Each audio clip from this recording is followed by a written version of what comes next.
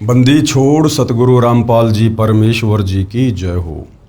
परमपिता परमात्मा सारी सृष्टि के रचनहार कुल मालिक असंख्य ब्रह्मांडों के स्वामी जगत गुरु तीनों लोकों में प्रवेश करके सबका धारण पोषण करने वाले राजाधिराज आत्माधार नाथों के नाथ देवों के देव महादेव सर्वेश्वर महेश्वर मृत्युंजय अजरो अमर आदि अनादि सनातनी प्रभु जगत पिता जगदीश्वर श्री श्री 1008 की उपाधि के वास्तविक अधिकारी अकाल मूरत सौद स्वरूपी राम वासुदेव सर्वगतम ब्रह्म परम पूज्य प्रथम पूज्य परम संत परम पुरुष परम धनी परम दयालु सत्य कबीर हक्का कबीर अल्लाहु कबीर अल्लाहु अकबर बाखबर अल्लाह ताला जगत के तारणहार जगत के मुक्तिदाता जगत के जगन्नाथ हारे के सहारे हिंदुओं के राम मुसलमानों के अल्लाह सिखों के वाहिगुरु ईसाइयों के मसीह दया के सागर दयानिधि करुणा के सागर करुणानिधि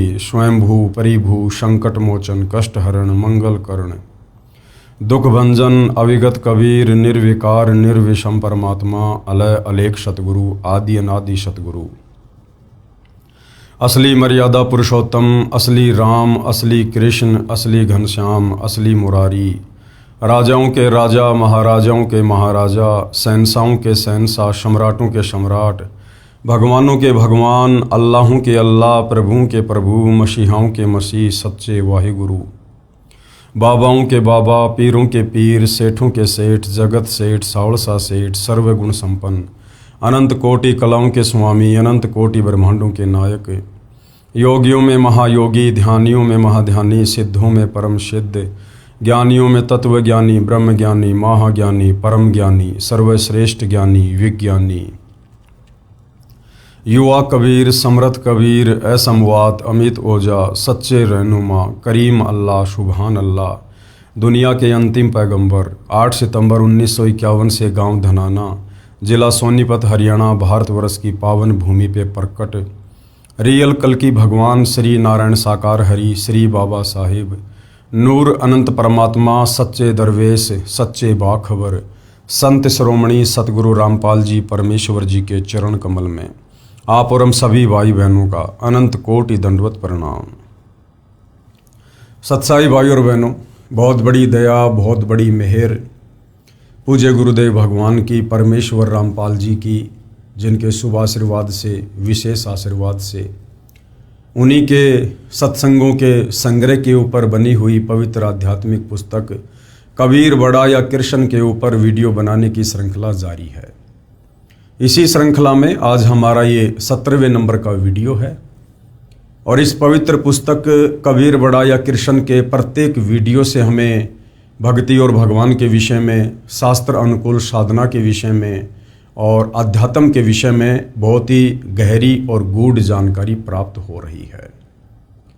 इस पवित्र पुस्तक में आज का हमारा जो विषय है वो वही है जो पहले से चला हुआ आ रहा है, यानी मुकदमा जनता की अदालत में जारी है और मुकदमा इस बात को लेकर है कि हु इज सुप्रीम गॉड, सर्वशक्तिमान परमात्मा कौन है जिन्होंने सारे ब्रह्मांडों को रचा, सारी सृष्टि को रचा, जो तीनों लोकों में प्रवेश करके सबका धारण पोषण कर रहे हैं। कबीर बड़ा या कृष्ण, क्योंकि हिंदू समाज अध्यात्म की जानकारी ना होने के कारण विशेषकर श्री कृष्ण उर्फ विष्णु जी को ही पूर्ण परमात्मा मानता है। तो जनता की अदालत में मुकदमा इस बात को लेकर है कि कबीर बड़ा या कृष्ण, और जनता की अदालत में जज खुद जनता है, क्योंकि जनता वर्तमान में शिक्षित है, धर्मशास्त्रों को आंखों से देखकर निर्णय कर सकती है कि सही क्या है और गलत क्या है। श्री कृष्ण जी की तरफ से उनके जो वकील साहिबान हैं वो सर्व हिंदू धर्म गुरु हैं, आचार्य शंकराचार्य हैं। दूसरी तरफ कबीर जी की तरफ से जो वकील साहिबान हैं वे खुद कबीर जी अर्थात सतगुरु रामपाल जी हैं।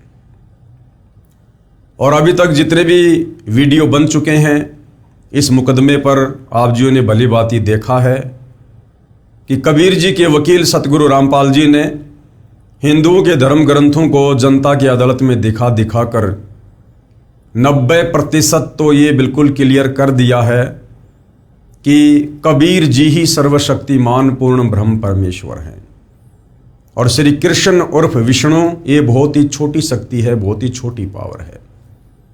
इस काल के 21 ब्रह्मांड में एक ब्रह्मांड के अंदर मात्र 3 लोकों में एक सतोगुण विभाग के मंत्री हैं, यानी एक ब्रह्मांड में भी कंप्लीट शासन श्री विष्णु जी का नहीं है।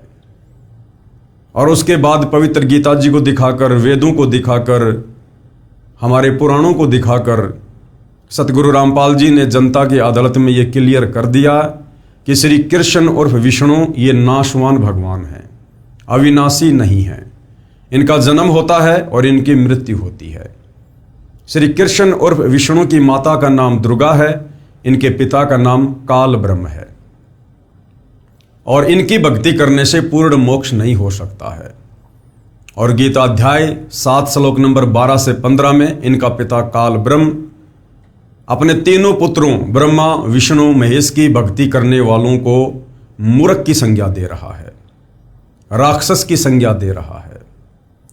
तो इन सर्व प्रमाणों को देखकर जनता की अदालत में जनता धीरे धीरे सच्चाई से परिचित हो रही है और विचार कर रही है कि सदियों से हमारे इन नादान धर्मगुरुओं ने, आचार्य और शंकराचार्यों ने हमें भक्ति और भगवान की परिभाषा भी अच्छे से नहीं बताई। हमें शास्त्र अनुकूल साधना के बजाय शास्त्र विरुद्ध साधना ही करवाते रहे, जिस साधना को करने के चलते हमारे पूर्वज आज प्रेत योनियों में, भूत योनियों में भटक रहे हैं। और हमारे से इन धर्मगुरुओं के द्वारा उनके श्राद्ध निकलवाकर, पिंड भरवाकर, तेरहवीं करवाकर, कर्मकांड करवाकर हमें भी उन्हीं नीच योनियों में भेजने की तैयारी कर रहे थे। उसके बाद भाई और बहनों, जनता की अदालत में जनता सतगुरु रामपाल जी से अध्यात्म में रुचि लेते हुए तरह तरह के सवाल कर रही है, जिन सवालों के जवाब सदियों से खोज रहे थे परंतु कोई भी धर्मगुरु दे नहीं पा रहा था। अब सतगुरु रामपाल जी अदालत में उन्हीं धर्मशास्त्रों को दिखा दिखाकर जनता के सवालों का जवाब दे रहे हैं और जनता संतुष्ट हो रही है। आज का हमारा जो टॉपिक है वो है श्राद्ध और पिंड, जो कि शास्त्र विरुद्ध साधना है, जो भूत पूजा है। जो भूत पूजा हमारे हिंदू धर्मगुरु इन्हीं धर्मशास्त्रों का हवाला देकर हमसे करवाते रहे, जबकि पवित्र गीता जी में श्राद्ध निकालना, पिंड दान करना इन सब के लिए मना किया हुआ है, अध्याय 9 श्लोक नंबर 25। उसके बाद जनता को और अच्छे से समझाने के लिए कबीर जी के वकील सतगुरु रामपाल जी ने विष्णु पुराण से श्राद्ध के विषय में जनता को कुछ दिखाना चाहा है कि विष्णु पुराण के 3रे अंश में श्राद्ध निकालने को लेकर क्या कुछ कहा गया है। तो आज हम आगे बढ़ेंगे वीडियो नंबर 17 और जनता की अदालत में श्राद्ध को लेकर क्या कुछ सतगुरु रामपाल जी के द्वारा समझाया जा रहा है। श्री विष्णु पुराण के 3रे अंश के अध्याय 14 के श्लोक 10 से 14 में श्राद्ध के विषय में श्री सनत कुमार ने कहा है कि तृतीया कार्तिक शुक्ला नवमी भाद्रपद कृष्णा त्रयोदशी तथा माघ मास की अमावस्या, इन चारों तिथियां अनंत पुण्यदायिनी है। ये ब्रह्मा जी के जो पुत्र हैं सनत कुमार जी, ये उनके अपने विचार हैं, जबकि ये तिथियां श्राद्ध निकालने के लिए कोई भी पुण्य नहीं है। हमारे वेदों में, गीता जी में कोई जिक्र नहीं है, लेकिन जैसा ज्ञान ब्रह्मा जी के पुत्रों को अध्यात्म के विषय में था वैसा वे आगे प्रचार कर रहे हैं। आज सतगुरु रामपाल जी हमें समझाना ये चाहते हैं कि जिस प्रकार से हम वर्तमान में इन अज्ञानी तत्व ज्ञानहीन धर्मगुरुओं के कहने पर श्राद्ध निकाल रहे हैं, ये विधि भी श्राद्ध निकालने की कंप्लीट नहीं है। यदि आप सत भक्ति नहीं करना चाहते हैं, गधे कुत्ते सूअर ही बने रहना चाहते हैं, तो कम से कम गधे कुत्ते सूअर और भूत प्रेत बनने की विधि भी तो सही तरीके से करो। जो विधि आपको ब्रह्मा जी के पुत्र सनत कुमार जी के द्वारा बताई जा रही है कि कम से कम तुम्हारा समय तो बचेगा, तुम्हारी समस्या तो बचेंगी। तो क्या कुछ बताया जा रहा है। हालांकि हम सतगुरु रामपाल जी के भक्तों ने तत्व ज्ञान से परिचित होने के बाद ना ही तो किसी प्रकार का कोई श्राद्ध निकालना है, ना श्राद्ध निकालने में किसी का कोई सहयोग करना है। ये उन लोगों को समझाने के लिए बताया जा रहा है जो लोग बिल्कुल शास्त्र विधि को त्याग कर मनमाना आचरण अपने धर्म गुरुओं के कहने पर कर रहे हैं। चंद्रमा या सूर्य ग्रहण के समय 3 अष्टकाओं अर्थात उत्तरनारायण या दक्षिणायन के आरंभ में जो पुरुष एकाग्रचित से पितृगणों को तिल सहित जल विदान करता है वह मानो 1000 वर्ष तक के लिए श्राद्ध कर लेता है। यानी सनंत कुमार जी कह रहे हैं कि मैं जो तुम्हें विधि बताऊंगा श्राद्ध निकालने की, अगर तुम उस विधि से श्राद्ध निकालोगे अपने पूर्वजों के, तो तुम्हें हर साल श्राद्ध निकालने की जरूरत नहीं है। एक बार में तुम्हारे पितर 1000 साल के लिए संतुष्ट हो जाएंगे, वो तृप्त हो जाएंगे। ये परम रहस्य स्वयं पितृगण ही बताते हैं। लेख समाप्त। अब आगे देखिएगा, पेश है श्री विष्णु पुराण के 3रे अंश के अध्याय 14 के श्लोक 10 व 14 की फोटोकॉपी। जो पुरुष पितृगण और देवगुणों को तृप्त करना चाहते हों, अब कौन चाहेगा उनको तृप्त करना? जिसको भूत बनना होगा, जिसको पितृ बनना होगा, क्योंकि गीता अध्याय 9 श्लोक 25 यही कह रहा है कि भूत पूजने वाले भूत बनेंगे और पितृ पूजने वाले पितृ बनेंगे। तो श्राद्ध निकालना भूत पूजा है। तो जिसने भूत बनना हो, जिसने पितृ बनना हो, फिर नरक में भी जाना हो, वो इन श्राद्धों को निकाले। जो पुरुष पितृगण और देवगणों को तृप्त करना चाहते हों, उनके लिए धनिष्ठा, पूर्वा भाद्रप्रदा अथवा सतभिषान छत्र युक्त अमावस्या अति दुर्लभ है। हे पृथ्वीपते, जब अमावस्या इन 9 नक्षत्रों से युक्त होती है, उस समय किया हुआ श्राद्ध पितृगणों को अत्यंत तृप्तिदायक होता है। इसके अतिरिक्त पितृभगत इलापुत्र महात्मा पुरूरवा के अति विनित भाव से पूछने पर श्री सनंत कुमार जी ने जिनका वर्णन किया था, वे अन्य तिथियां भी सुनो। श्री सनंत कुमार जी बोले, वैशाख मास की शुक्ला तृतीया, कार्तिक शुक्ला नवमी, भाद्रपद कृष्णा त्रयोदशी तथा माघ मास की अमावस्या, इन 4 तिथियों को पुराणों में युगादा कहा है। ये चारों तिथियां अनंत पुण्यदायिनी हैं। ये कहाँ लिखा हुआ है? हमारे पुराणों में लिखा हुआ है।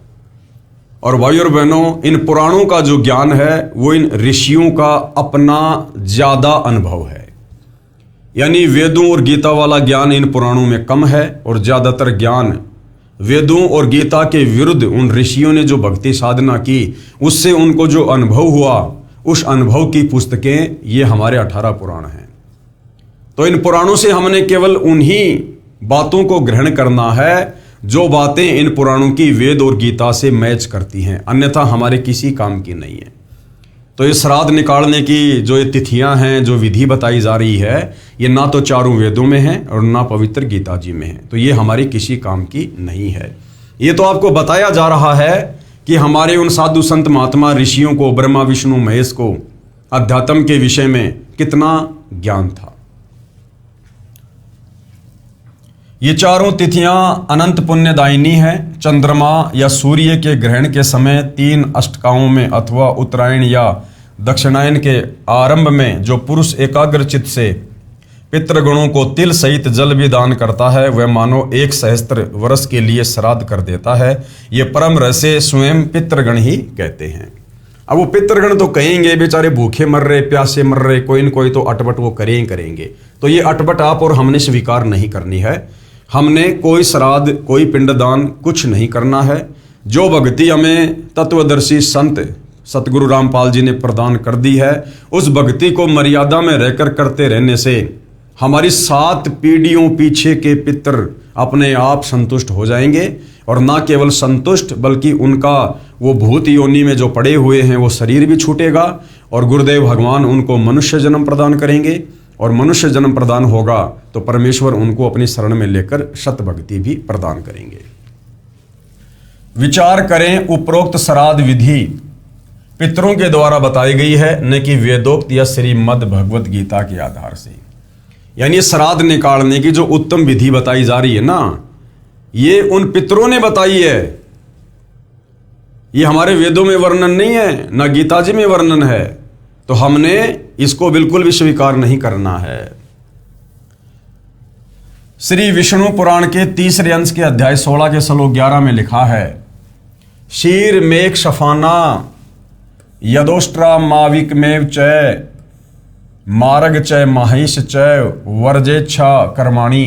इस श्लोक का हिंदी अनुवाद, एक खुर वालों का, उटनी का, भेड़ का, मृगी का तथा भैंस का दूध श्राद्ध कर्म में प्रयोग ना करें, काम में ना लाएं। ये इनकी अपनी अटपट है साधु संत महात्माओं की, इन पितरों की, इन ऋषियों की। भाई और बहनों, ये हमें बताया जा रहा है, हमें समझाया जा रहा है कि इन पुराणों में ज्यादातर जो ज्ञान है वो इन ऋषियों का अपना अटपट वाला ज्ञान है। पेश है श्री विष्णु पुराण के तीसरे अंश के अध्याय 16 के श्लोक 11 की फोटोकॉपी। समीक्षा, वर्तमान सन 2014 तक सर्व व्यक्ति श्राद्धों में भैंस के दूध का ही प्रयोग कर रहे हैं, जो पुराण में वर्जित है। अब श्राद्धों में जो खीर बनाई जाती है वो ज्यादातर भैंस के दूध से बनाई जाती है, जबकि हमारे विष्णु पुराण में श्राद्धों के समय भैंस के दूध का प्रयोग करना बिल्कुल मना किया हुआ है। तो गुरुदेव भगवान कहना यह चाहते हैं कि नादानो, तुम इन धर्म गुरुओं के पीछे भ्रमित होकर सारी की सारी शास्त्र विरुद्ध साधना ही कर रहे हो। हालांकि यह विधि भी सर्वश्रेष्ठ नहीं है श्राद्ध निकालने की, जो हमारे ये पुराण बता रहे हैं, लेकिन वर्तमान में लोग वो भी नहीं कर रहे जो पुराण बता रहे हैं, उससे भी घटिया तरीके से शास्त्र विरुद्ध साधना कर रहे हैं, जिसके चलते वो सीधे प्रेत योनि में, भूत योनि में, लक 84 में जाते हैं,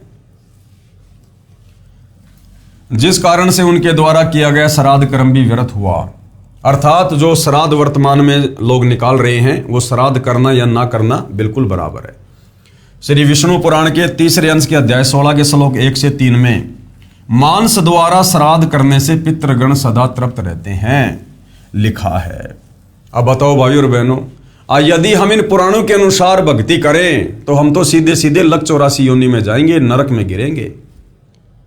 यही पुराण क्या कह रहे हैं कि श्राद्ध में यदि मांस पकाकर और यदि श्राद्ध निकाले जाएं तो पितृगण बड़े खुश होते हैं, बड़े तृप्त होते हैं। ये देखिएगा, ये संस्कृत लिखी हुई है, साफ साफ है। यहां पर हम इसके सीधे हिंदी अनुवाद में चलते हैं। देखिएगा, ये हिंदी अनुवाद है। गुरुदेव ने प्रत्येक शब्द का यहां पर हिंदी में अनुवाद किया हुआ है। हवि मत्स्य यानी मछली का मांस, शशंक यानी खरगोश का मांस, नकुल यानी शुकर यानी सुअर का मांस, छाग कस्तूरिया, मृग काला मृग, गवैया यानी नील गाय, वन गाय, और मेष यानी भेड़ का मांस के मांसों से, गव्वे यानी गौ के घी दूध से। अब भाई और बहनों देखना, यहां पर सीधा सीधा गाय लिखा हुआ है, गव्वे, उसका दूध नहीं लिखा हुआ। ये यहां पर दूध तो अपनी तरफ से लेखक ने लिख दिया कि भाई ये क्या माजरा हो गया। वो भी चक्कर में पड़ गया कि इन पुराणों में श्राद्ध के समय गाय का मांस बनाने की विधि लिखी हुई है, तो वो डर गया कि यदि मैंने सीधा सीधा लिख दिया कि गाय का मांस भी श्राद्ध में बना सकते हैं तो पूरा का पूरा समाज बिगड़ जाएगा।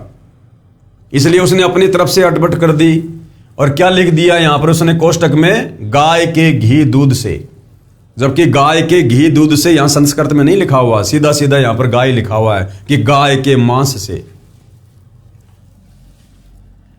पितृगण एक एक महीने अधिक तृप्त रहते हैं। अगर वो हमारे पितृ अगर गाय के मांस वाला श्राद्ध खाएंगे ना, यानी श्राद्ध में यदि गाय का मांस बनाया जाएगा तो हमारे पितृगण एक एक महीने ज्यादा तृप्त रहेंगे। और वारघीणस पक्षी के मांस से सदा तृप्त रहते हैं। श्राद्ध कर्म में गेंडे का मांस, काला साग और मधु अत्यंत प्रशस्त और अत्यंत तृप्तिदायक है। श्री विष्णु पुराण अध्याय 2 चतुर्थ अंश पृष्ठ 233 पर भी श्राद्ध क्रम में मांस प्रयोग करने का प्रमाण है। अब ये ज्ञान हमारे साधु संत महात्मा ऋषि दिया करते थे भाई और बहनों, और इस आधार से दुनिया भक्ति किया करती थी। अब बताओ, इस प्रकार भक्ति करने से हमारी आत्मा का कल्याण हो सकता है? कदापि नहीं। पेश है श्री विष्णु पुराण के तीसरे अंश के अध्याय 16 के श्लोक 1 और 3 की फोटोकॉपी। ये देखिएगा, आप जियों के सामने है। ये विष्णु पुराण है, तीसरा अंश है, 16वां अध्याय है, और श्राद्ध कर्म में विहित और अविहित वस्तुओं का विचार, यानी श्राद्ध में किन किन वस्तुओं का प्रयोग करना चाहिए और किन किन वस्तुओं का प्रयोग नहीं करना चाहिए वो लिखा हुआ है। आरव बोले हवि, मत्स्य, सशक यानी खरगोश, नकुल, शूकर, छाग, कस्तूरिया मृग, कृष्ण मृग यानी काला हिरण, और गवैये यानी वन गाय, और मेष के मांस से तथा गव्वे यानी गाय के, यहाँ पर कोष्टक में अपनी तरफ से लिख दिया घी दूध से, पितृगुण क्रमशः एक एक मास अधिक तृप्ति लाभ करते हैं, और वार्धिगणस पक्षी के मांस से सदा तृप्त रहते हैं। हे नरेश्वर, श्राद्ध क्रम में गेंडे का मांस, काला हिरण और शहद अत्यंत प्रशस्त और अत्यंत तृप्तिदायक है।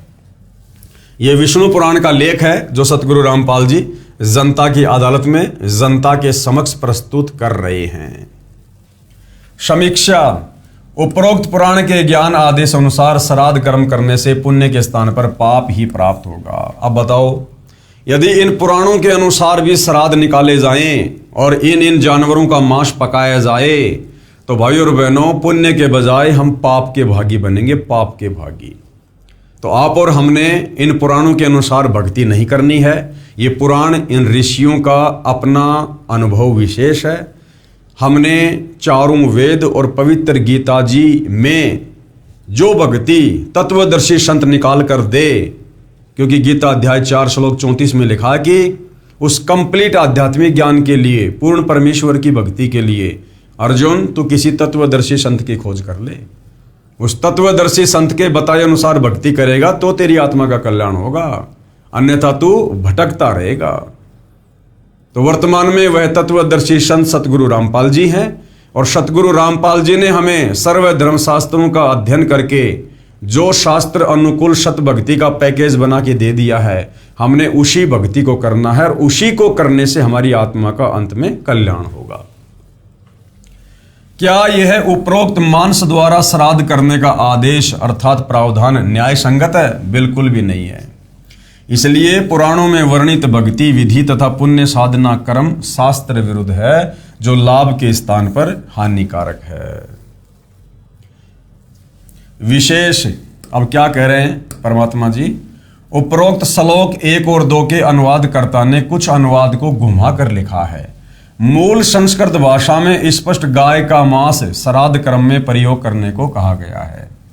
हिंदी अनुवादकर्ता ने गौवे अर्थात गौ के मांस के स्थान पर कोष्टक में गाय के घी दूध से लिखा है। विचार करें, क्या हिंदू धर्म उपरोक्त मांस आहार को श्राद्ध कर्म में प्रयोग कर सकता है? क्या कोई भी हिंदू गाय को काटकर उसका मांस श्राद्ध में बना सकता है? आप कहोगे जी बिल्कुल नहीं बना सकते। तो भाई तुम्हारे पुराणों में तो लिखा है, तुम्हारे उन सनातनी ऋषियों ने लिखा है भाई, ये विष्णु पुराण श्री पाराशर ऋषि ने लिखा भाई। तो क्या तुम अपने उन सनातनी ऋषियों की आज्ञा का पालन नहीं करोगे? आप बिल्कुल भी नहीं कर पाओगे, क्योंकि ये टोटल शास्त्र विधि को त्याग के मनमाना आचरण है। अगर आपने इन पुराणों के अनुसार, उन सनातनी ऋषियों के कहे और लिखे अनुसार यदि आपने भक्ति की, तो आप सीधे सीधे लक 84 योनि में जाएंगे, नरक के भागी बनेंगे।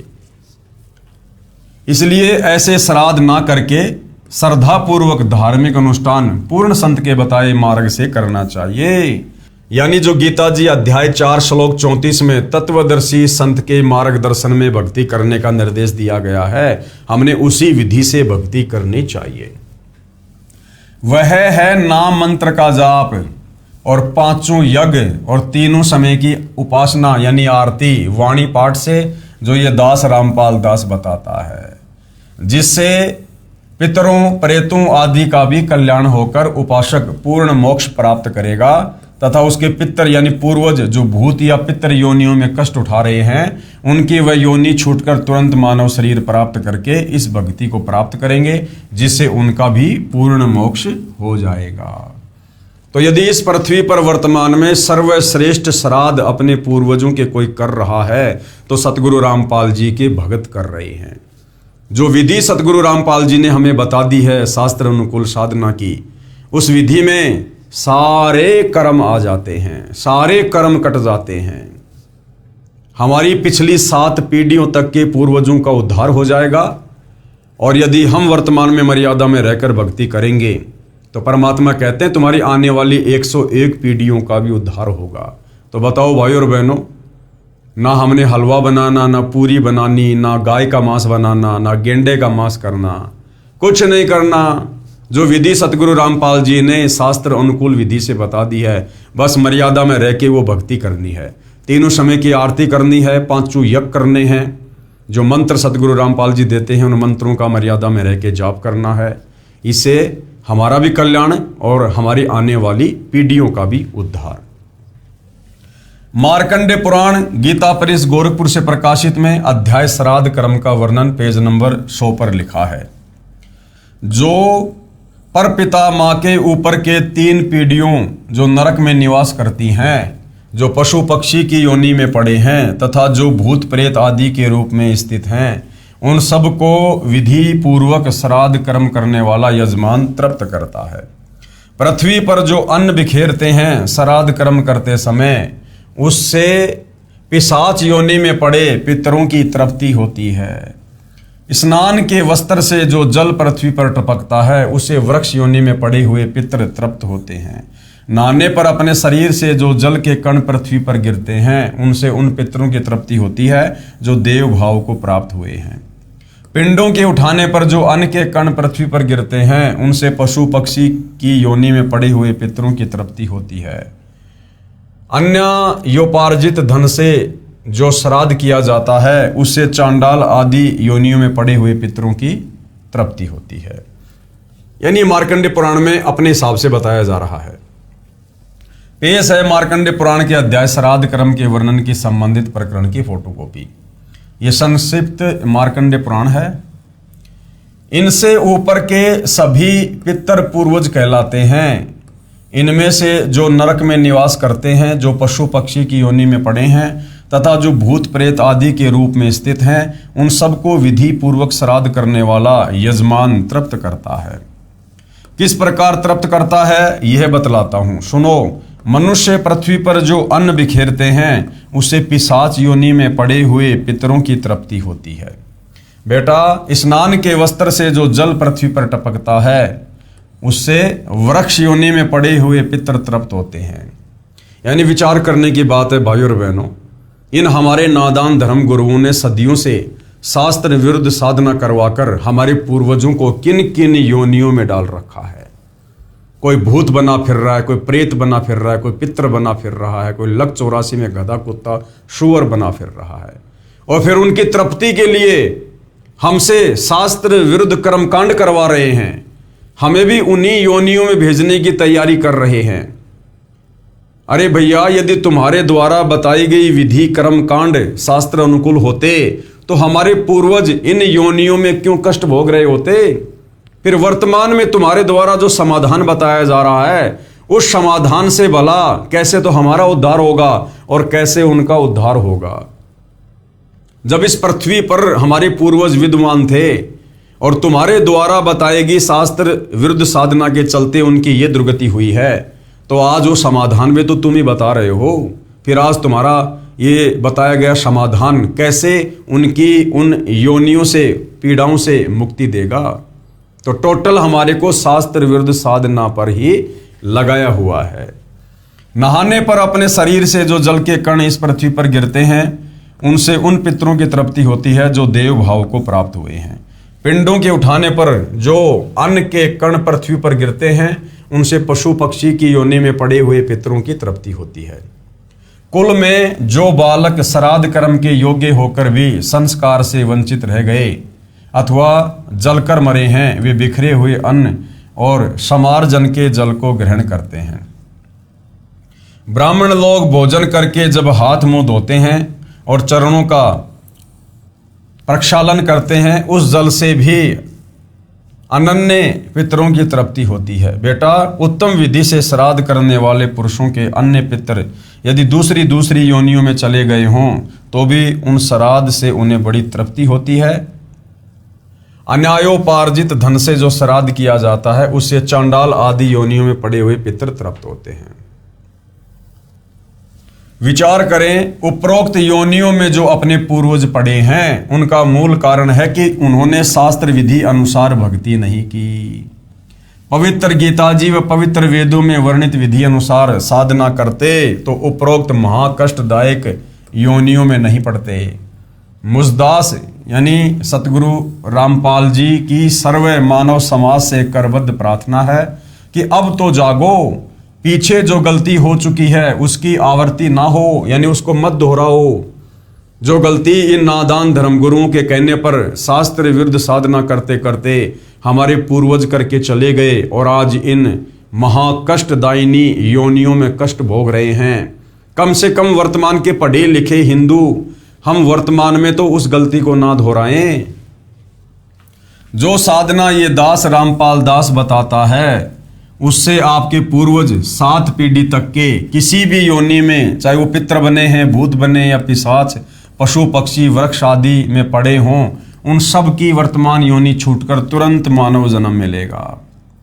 फिर वे वर्तमान में मुझदास रामपाल दास द्वारा भक्ति साधना प्राप्त करके यदि मर्यादा में रहकर आजीवन ये भक्ति करते रहेंगे तो पूर्ण मोक्ष प्राप्त करेंगे। यही प्रमाण कबीर परमेश्वर जी द्वारा दिए तत्व ज्ञान को संत गरीबदास जी बता रहे हैं। और क्या कह रहे हैं? अग्नि लगा दिया जद लंबा, अग्नि लगा दिया जद लंबा, फूक दिया उस ठाहिर संतो यशोदा फिर नाही। पुराण उठा फिर पंडित आए, पुराण उठा फिर पंडित आए, पीछे गरुड़ पढ़ाई रे संतो यशोदा फिर नाही। नर सेती फिर पशुआ कीजे, नर सेती फिर पशुआ कीजे, गद्दा बैल बनाई रे संतो यशोदा फिर नाही। 56 भोग कहाँ मन भोरे, 56 भोग कहाँ मन भोरे, कित कुरड़ी चरने जाई रे संतो यशोदा फिर नाही। प्रेत शिला पर जाय विराजे, प्रेत शिला पर जाय विराजे, पितरो पिंड भराई रे संतो यशोदा फिर नाही। बहुर सराद खान को आए, बहुर सराद खान को आए, काग भये कल माहिर संतो यशोदा फिर नाही। जय सतगुरु की संगत करते, जय सतगुरु की संगत करते, सकल कर्म कट जाई रे संतो यशोदा फिर नाही। अमरपुरी पर आसन होते, अमरपुरी पर आसन होते, जहाँ धूप ना छाई रे संतो यशोदा फिर नाही। यशोदा फिर नाही रे संतो यशोदा फिर नाही। जो भक्ति करने का सौदा, मौका, अवसर हमें आज प्राप्त है, क्योंकि आज स्वयं सारी सृष्टि के मालिक कबीर देव तत्वदर्शी संत रूप में सतगुरु रामपाल जी के नाम से धरती पर प्रकट हैं, शास्त्र अनुकूल सत साधना लेकर। तो आज इस साधना को करने के चलते हमारा मोक्ष संभव है। तो जो मौका, जो अवसर हमें आज प्राप्त है इस मनुष्य शरीर में धरती पर, ये बार बार नहीं मिलता है। उपरोक्त वाणी 5वें वेद सूक्ष्म वेद अर्थात शवसम वेद की है। सूक्ष्म वेद क्या है? जो अध्यात्म का कंप्लीट ज्ञान चारों वेदों में नहीं है, वो है 5वां वेद सूक्ष्म वेद। यानी 650 साल पहले कबीर परमेश्वर जी ने आदरणीय धर्मदास जी के द्वारा जो अपनी कबीर वाणियां लिखवाई थी, जिसको कबीर सागर का नाम दिया गया है, वो कबीर सागर 5वां वेद है, सूक्ष्म वेद है। लेकिन आगे चलकर काल प्रेरणा से, काल के द्वारा भेजे गए दूतों ने, विशेषकर नकली कबीर पंथियों ने उन वाणियों में भी मिलावट कर दी, जिसकी क्षतिपूर्ति हेतु सतगुरु रामपाल जी ने आज से लगभग 350 साल पहले आदरणीय गरीबदास जी के माध्यम से फिर से 5वां सूक्ष्म वेद लिखवाया। 24,000 वाणियों युक्त वह सदग्रंथ, अमर ग्रंथ जो 5वां वेद है, सूक्ष्म वेद है, जिसमें कंप्लीट भक्ति का ज्ञान है। उपरोक्त वाणी पांचवें वेद सूक्ष्म अर्थात सप्तम वेद की है, जिसमें स्पष्ट किया है कि पितरों आदि के पिंडदान करते हुए अर्थात श्राद्ध कर्म करते करते भी पशु पक्षी व भूत प्रेत की योनियों में प्राणी पड़ते हैं। तो फिर वो श्राद्ध कर्म किस काम आया? भाई श्राद्ध करते करते भी जब हमारे पूर्वज उन प्रेत योनियों में पड़े हैं, भूत योनि में पड़े हैं, तो फिर वो श्राद्ध भी किस काम के? अर्थात टोटल शास्त्र विरुद्ध साधना। फिर कहा है कि यदि सतगुरु यानी तत्व ज्ञानदाता तत्वदर्शी संत का संग करते, अर्थात किसी तत्वदर्शी संत के बताए अनुसार शास्त्र अनुकूल भक्ति साधना करते, अर्थात उसके बताए अनुसार भक्ति साधना करते, तो सर्व कर्म नष्ट हो जाते। ना गधा बनना, ना कुत्ता बनना, ना सुअर बनना, ना प्रेत बनना, कुछ नहीं। न पशु बनते, न पक्षी बनते, न पितृ बनते, न प्रेत बनते। और क्या होता? सीधे सतधाम यानी शाश्वत स्थान पर चले जाते, सतलोक चले जाते, जहां जाने के पश्चात फिर लौटकर इस संसार में किसी भी योनि में नहीं आते। इस बात का प्रमाण गीता अध्याय 4 श्लोक 34, अध्याय 15 श्लोक 1 से 4 तथा श्लोक 16 और 17 में, तथा गीता जी अध्याय 18 श्लोक 62 में व गीता जी अध्याय 9 श्लोक 25 में है। पुराणों में लिखा है, जो ऋषि का अनुभव है, इन पुराणों में जो लिखा है ना, वो इन ऋषियों का अपना अनुभव है कि पितर धन देते हैं, पुत्र देते हैं, रोग नष्ट कर देते हैं, आदि आदि, जबकि वो पितर तो खुद ही बेचारे तड़फ रहे हैं, भूखे मर रहे हैं। विचार करें, पितर स्वयं भूखे प्यासे यमलोक नरक लोक में कष्ट उठाते हैं। अपनी भूख प्यास शांत करने के लिए आप जिसे श्राद्ध कर्म करने को भ्रमित ज्ञान के आधार से कहते हैं, तो वे आपको क्या सुखी कर देंगे? वो पितर बेचारे खुद उन पितर योनियों में दुखी हो रहे हैं, अपनी भूख प्यास शांत करवाने के लिए तुम्हारे से श्राद्ध निकलवाए जा रहे हैं। वो पितर भला तुम्हें क्या दे देंगे जो खुद अपनी भूख प्यास को भी शांत नहीं कर सकते? ये बात न्याय संगत नहीं है। अपने धर्मगुरु ये भी कहा करते हैं कि किस्मत लिखा ही प्राणी प्राप्त करते हैं, उसमें कोई परिवर्तन नहीं हो सकता। परंतु सच्चाई ये है कि यदि साधक यानी भगत पूर्ण परमात्मा की सत्य साधना करता है, तो परमात्मा को ही ये अधिकार है कि भाग्य से भिन्न भी दे सकता है।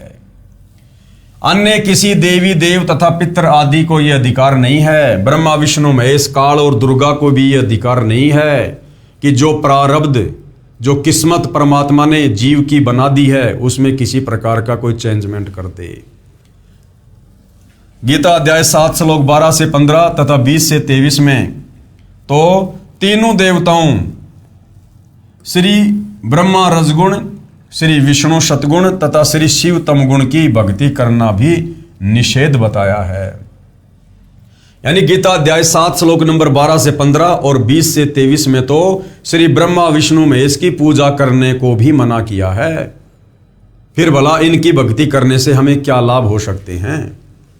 हिंदू ब्रह्म की साधना ना करके अन्य उपरोक्त देवताओं या अन्य देवताओं की पूजा करते हैं। ब्रह्म साधना क्या है? काल की साधना, जो चारों वेदों और गीता जी में केवल एक इस ब्रह्म की साधना लिखी हुई है।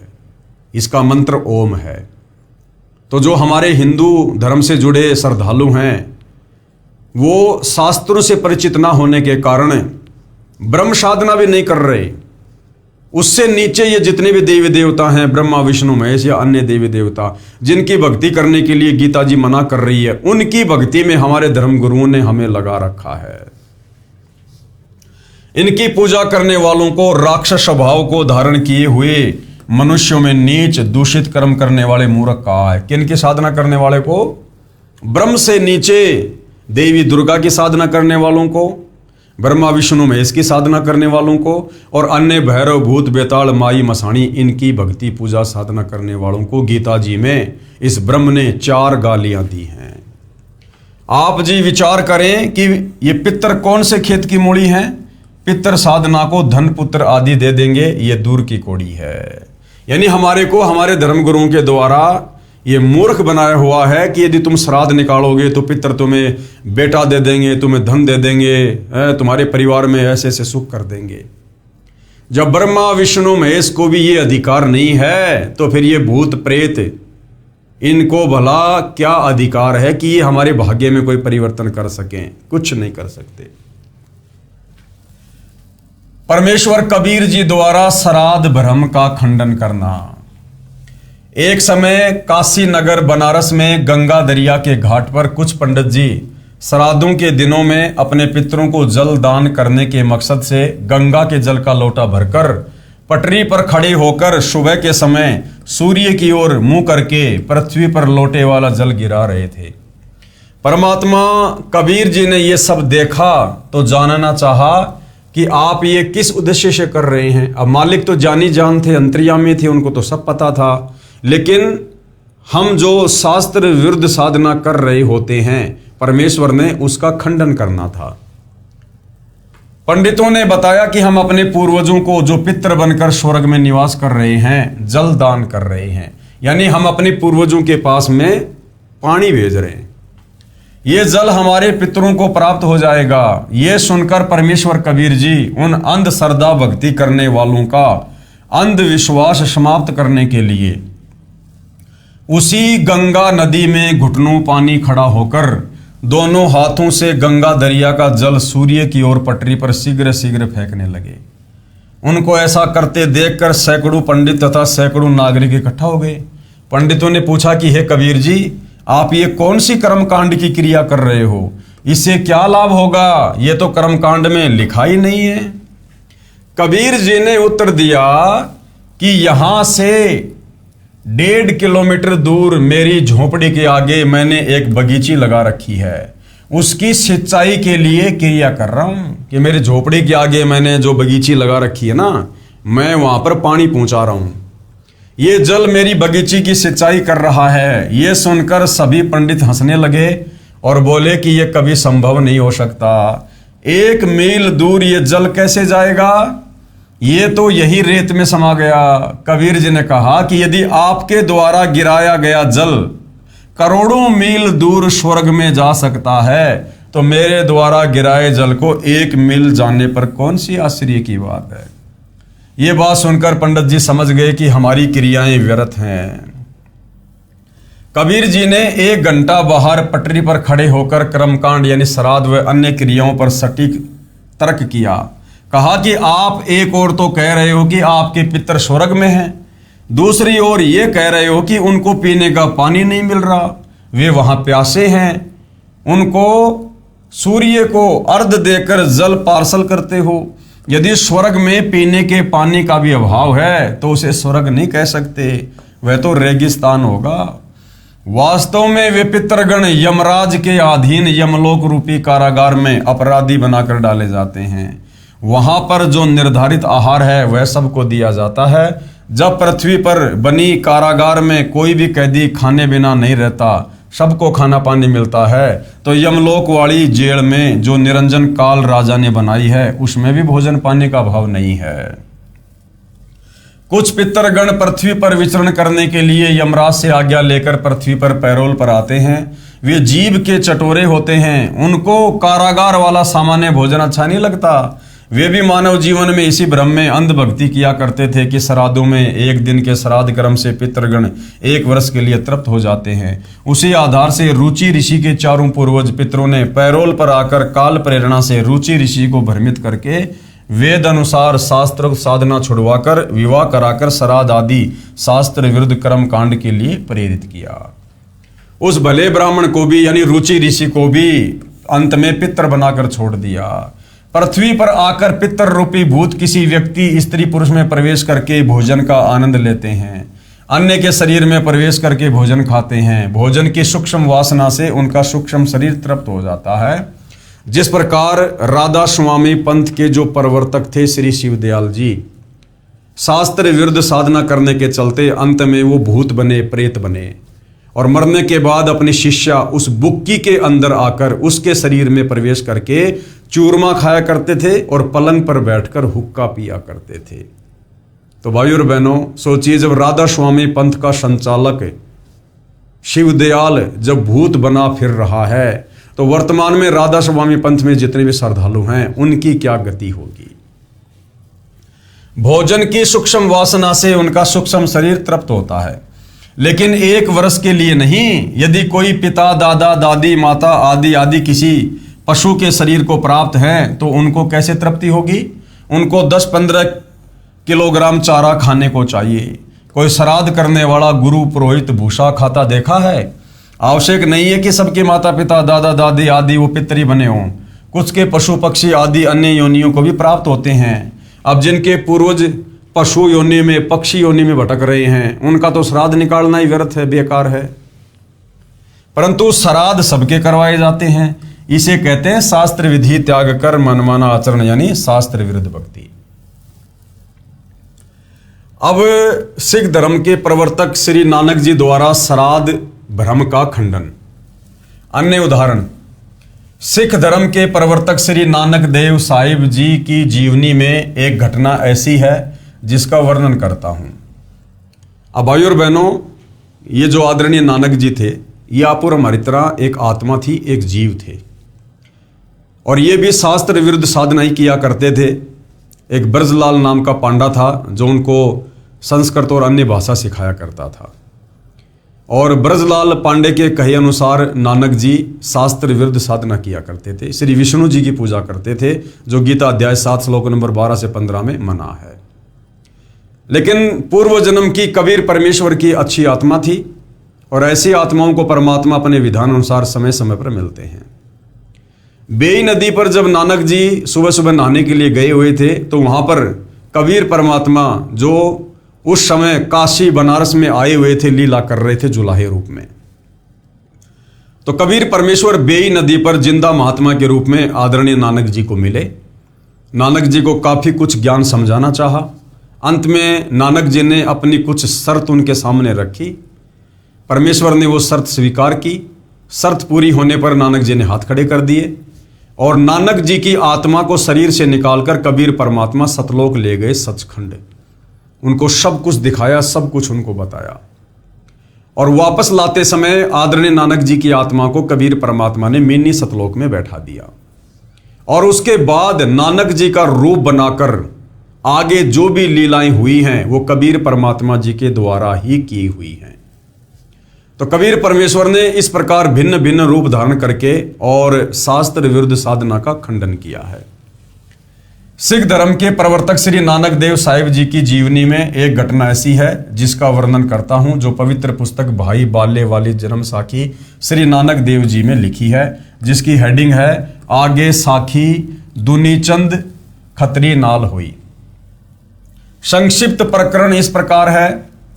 श्री नानक जी को परमात्मा यानी परम अक्षर ब्रह्म बेई नदी पर उस समय मिले थे जिस समय श्री नानक जी सुल्तानपुर शहर से सुबह के समय प्रतिदिन की तरह बेई नदी में स्नान करने के लिए गए हुए थे। अन्य नगरवासी भी स्नान कर रहे थे। उस समय परमेश्वर कबीर जी बाबा जिंदा के वेश में आए और श्री नानक जी के साथ दरिया में स्नान करने के बहाने प्रवेश हुए। अन्य उपस्थित व्यक्ति देख रहे थे। दोनों ने दरिया में डुबकी लगाई परंतु बाहर नहीं आए। दोनों को दरिया में डूबा हुआ मान लिया। परमेश्वर जी श्री नानक जी की आत्मा को लेकर शरीर को दूर जंगल में छोड़कर अपने साथ अपने निवास स्थान सतलोक यानी सचखंड में ले गए। 3 दिन तक काल ब्रह्म के 21 ब्रह्मांडों, अक्षर पुरुष के 7 संग ब्रह्मांडों तथा अपने सतलोक के असंख्य ब्रह्मांडों की स्थिति को आंखों दिखाया, यथार्थ आध्यात्मिक ज्ञान बताया तथा यथार्थ मोक्ष मंत्र सतनाम जो 2 अक्षर का है, जिसमें एक ओम मंत्र है, दूसरा गुप्त है जो उपदेशी को बताया जाता है, जिससे मुक्ति होना बताया। फिर एक नाम सारनाम का विशेष योगदान मानव के मोक्ष की साधना में है, उससे परिचित कराया तथा सतनाम और सारनाम को कलयुग के 5505 वर्ष बीत जाने तक गुप्त रखने की आज्ञा दी। श्राद्ध पिंडदान आदि कर्मकांड को व्यर्थ बताया और स्वर्ग नरक को दिखाया। तीसरे दिन श्री नानक जी की आत्मा को शरीर में प्रवेश करके अंतर्ध्यान हो गए। अब तीसरे दिन भाई और बहनों, कबीर परमेश्वर स्वयं नानक जी के रूप में फिर लीला करने लगे। उन्होंने नानक जी के शरीर का इस्तेमाल नहीं किया, क्योंकि यह परमात्मा किसी के शरीर को माध्यम नहीं बनाता। नानक जी के शरीर को नष्ट कर दिया गया। यह परमेश्वर की अपनी लीला, अपना खेल है। वे चंद सेकंडों में ऐसा कर देते हैं। नानक जी को उन्होंने मिनी सतलोक में बैठा दिया क्योंकि अच्छी आत्मा थी, और नानक जी को वर्तमान इस भक्ति युग में जन्म देना था, क्योंकि ये जो वर्तमान का समय है ये कलयुग की पिछली पीढ़ी का समय है, मोक्ष का प्राइम टाइम है। इस समय आदरणीय नानक जी को कबीर परमेश्वर सतगुरु रामपाल जी ने मानव शरीर दे दिया होगा या आने वाले समय में देंगे, ये उनकी मौज, उनकी मर्जी।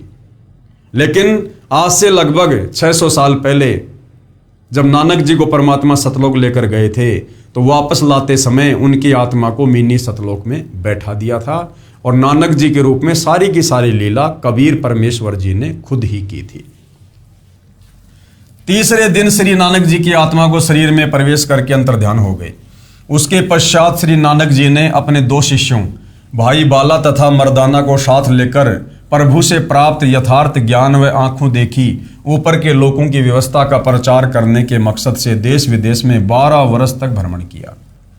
उसी दौरान लाहौर में एक धनी व्यक्ति दुनीचंद खत्री की प्रार्थना पर उनके घर गए।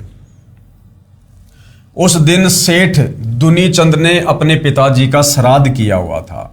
कई ब्राह्मणों को भोजन करवाया तथा वस्त्र व हजारों रुपए दक्षिणा दी थी। श्री नानक जी ने पूछा कि हे दुनीचंद, आज किस उपलक्ष्य में इतने पकवान बनाए हैं? दुनीचंद ने बताया कि महाराज जी, आज मेरे पिताजी का श्राद्ध किया है। श्री नानक जी ने पूछा कि आपके पिताजी कहाँ हैं? उत्तर दुनीचंद का कि वे स्वर्गवासी हो चुके हैं। श्राद्ध करने से उनको 1 वर्ष तक स्वर्ग में भूख नहीं लगती। ये बात सुनकर श्री नानक जी ने कहा कि हे दुनीचंद, आपको आपके अज्ञानी गुरुओं ने भ्रमित कर रखा है। आपका पिताजी तो बाघ यानी शेर के शरीर को प्राप्त होकर उस जंगल में एक पेड़ के नीचे भूख से व्याकुल बैठा है। यदि मेरी बात पर विश्वास नहीं है तो जांच कर सकते हैं। तू एक व्यक्ति का भोजन तैयार कर, उस जंगल में जा। तेरी दृष्टि पड़ते ही मेरे आशीर्वाद से उस बाघ यानी सिंह को मनुष्य बुद्धि आ जाएगी, उसको अपना पूर्व जन्म भी याद आ जाएगा। दुनीचंद जी को श्री नानक जी पर पूर्ण विश्वास था कि इन्होंने जो बोल दिया वो सिद्ध है। इस महात्मा में लोग बड़ी शक्ति बताते हैं।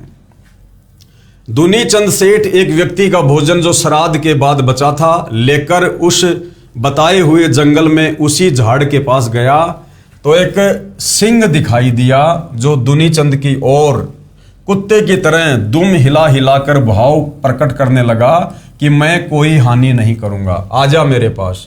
दुनीचंद सेठ ने भोजन बाघ के सामने थाली में रख दिया। सारा भोजन बाघ खा गया। दुनीचंद ने पूछा कि हे पिताजी, आप तो बड़े धर्म कर्म किया करते थे, आप तो सदा शाकाहारी रहे थे, आपकी ये दशा कैसे हुई? श्री नानक महाराज जी की शक्ति से सिंह ने कहा कि बेटा, जब मेरे प्राण निकल रहे थे उसी समय साथ वाले मकान में मांस पकाया जा रहा था।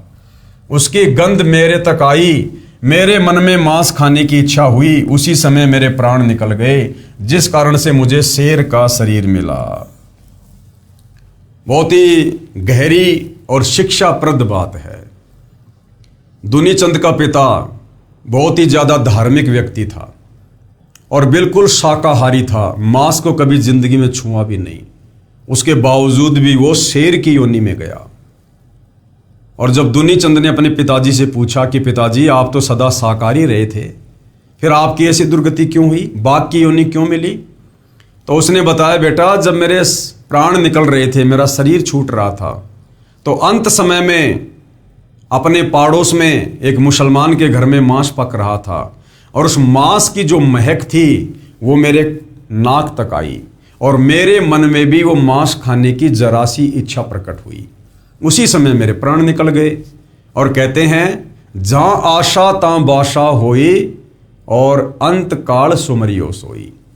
यानी मरते समय इंसान की जिस भी वस्तु में जरा भी इच्छा रह जाएगी इस काल के लोक में, यहाँ की किसी भी व्यवस्था में, किसी भी वस्तु में, वापस उसको उसी योनि में यानी वहीं पर उसको जन्म दिया जाएगा। तो भाई और बहनों, आप और हमें जो तत्व ज्ञान दिया जा रहा है परमेश्वर रामपाल जी के द्वारा, जो ये कथाएं बताई जा रही हैं, ये हमारे टाइम पास के लिए नहीं बताई जा रही हैं, कोई मनोरंजन के लिए नहीं है। हमें इनसे शिक्षा मिले और हम ऐसी गलती करने से बचें।